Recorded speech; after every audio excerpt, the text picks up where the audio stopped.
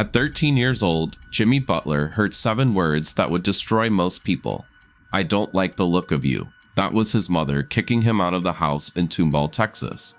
My mom kicked me out of my house, to tell the truth. For years, he was homeless, bouncing between friends' couches, effectively a distressed asset with zero projected market value. Fast forward to today, and he holds a portfolio worth over $100 million. But if you think this is just another heartwarming sports documentary about overcoming adversity, you're missing the point. This is a masterclass in asset management. Butler didn't just play basketball. He treated his career like a distressed business turnaround. He identified massive market inefficiencies and exploited them to build an empire.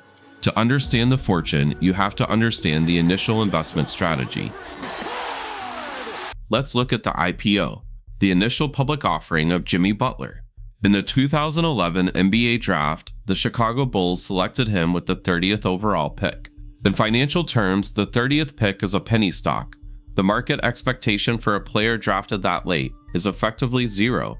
Most of these players wash out of the league within 3 years because the league views them as disposable labor. The problem is that most late-round picks try to emulate the blue-chip stocks immediately. They enter the league trying to score 20 points a game, competing directly with established superstars in a saturated market. They fail because their efficiency metrics can't match their volume, and the market corrects them right out of a job. Butler recognized this market trap immediately. He understood that his scoring equity was low, so he pivoted to a completely different business model, the specialist. He decided to corner the market on the unglamorous tasks that high-value assets the stars didn't want to touch. We're talking about elite defense, hustle, and energy. In business terms, these are friction points. They require zero raw talent but 100% operational discipline. By focusing entirely on defense, Butler made himself essential to the Bulls ecosystem. He wasn't competing for shots, he was competing for minutes. Head coach Tom Thibodeau, a man known for his grueling defensive standards, realized the team's defensive rating plummeted when Butler sat on the bench. This created leverage. Butler transformed from a disposable bench warmer into a critical infrastructure piece. He wasn't the product yet, he was the logistics network that made the product work. This specific role, discipline, is what set up the first massive valuation spike.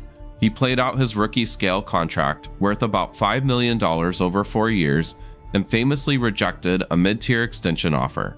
He was betting that his specialized value, his defensive moat, would force the market to pay premium rates. He was right.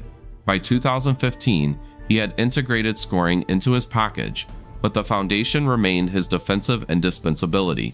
The result? He signed a 5-year, $92 million max contract. Think about that ROI. He turned a $5 million entry-level valuation into a $92 million asset by refusing to compete on the same features as the market leaders. In any saturated market, whether it's SaaS sales or professional basketball, you don't win by offering a worse version of what the market leader sells. You win by solving the expensive problems they ignore. Butler proved that you don't need to be the flashiest asset to be the most profitable one, you just need to be the one the system can't function without. But securing the bag is different from multiplying it.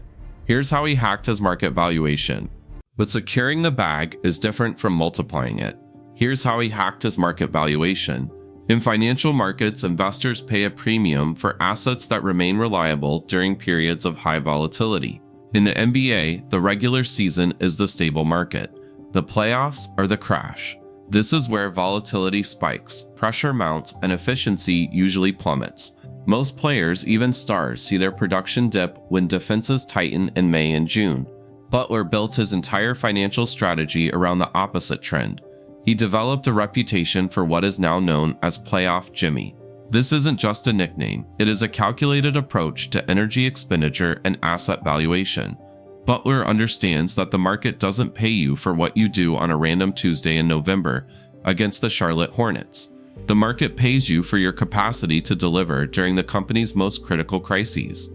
His regular season statistics are often just good. He rarely leads the league in scoring or wins MVP, but his playoff numbers consistently jump, defying the standard depreciation curve of fatigued athletes. Take the 2020 NBA bubble run.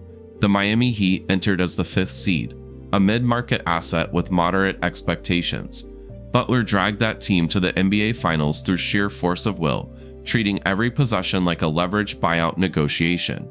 That run wasn't just an athletic feat, it was a leverage point. He used that high visibility window to prove that his value wasn't in his average daily output, but in his ceiling during a crisis. This performance directly influenced the negotiations for a 4-year, $142 million contract. He did it again in 2023, taking an 8th-seeded team to the finals, which solidified a subsequent 3-year, $146 million extension. He effectively timed his peak performance windows to coincide exactly with his contract renewal cycles. This strategy requires a mercenary mindset that often rubs traditionalists the wrong way. Unlike players who remain loyal to a franchise to a fault, effectively trapping their equity in a stagnating organization, Butler forces liquidity events. When he was in Minnesota and Philadelphia, he recognized that the assets around him, the team cultures, and young players were limiting his growth potential. He didn't wait for management to fix it. He forced trades. The famous practice session in Minnesota where he beat the starters while playing with third stringers and screaming "You need me" at the GM was a hostile takeover bid. He was publicly demonstrating that the organization's valuation was zero without his specific input. This mercenary winner reputation allowed him to command top-tier endorsements outside the traditional Western ecosystem. While other stars fought for scraps from Nike or Adidas, Butler signed a massive deal with Li Ning, estimated at $10 to $12 million annually. He realized that being a villain in the media didn't hurt his bottom line as long as he delivered the product on the court. He cornered the market on toughness, making him the perfect face for brands that wanted to project resilience rather than just flash. He proved that your value is defined by your scarcity, and there is nothing scarcer in the NBA than a player who gets better when everyone else gets worse. Now that he had the capital, he needed a vehicle to own it fully, which led to a coffee cup and a bubble. The origin story of Big Face Coffee is a perfect lesson in supply and demand economics. During the 2020 pandemic bubble in Disney World, players were trapped in hotels with limited access to premium goods. The coffee provided by the NBA was generic, low-quality commodity sludge. Butler saw a captive market with high liquidity, wealthy NBA players with nothing to spend money on, and a supply shortage. He bought an espresso machine, set it up in his hotel room, and started charging $20 per cup. It didn't matter if it was a small latte or a large Americano. The price was flat because he held the monopoly. He wasn't selling coffee, he was selling a solution to a luxury problem. But here is the pivot that separates Butler from the standard athlete entrepreneur. Most players, upon seeing this viral success, would have licensed their name to a giant like Starbucks or Dunkin' for a quick endorsement check. It's easy cash, but it's rental income. You don't own the asset. Butler refused to license. He filed for trademarks and built the supply chain himself. He officially launched Big Face brand in 2021 as a standalone entity. To scale the infrastructure, he partnered with Shopify, but unlike typical influencer deals where the platform takes a chunk of the upside, Butler structured the deal to retain 100% ownership and creative control. He used Shopify for the plumbing, the logistics, and e-commerce backend while he kept the equity. His product strategy mirrors his basketball career. High friction, high value. He isn't selling grocery store beans.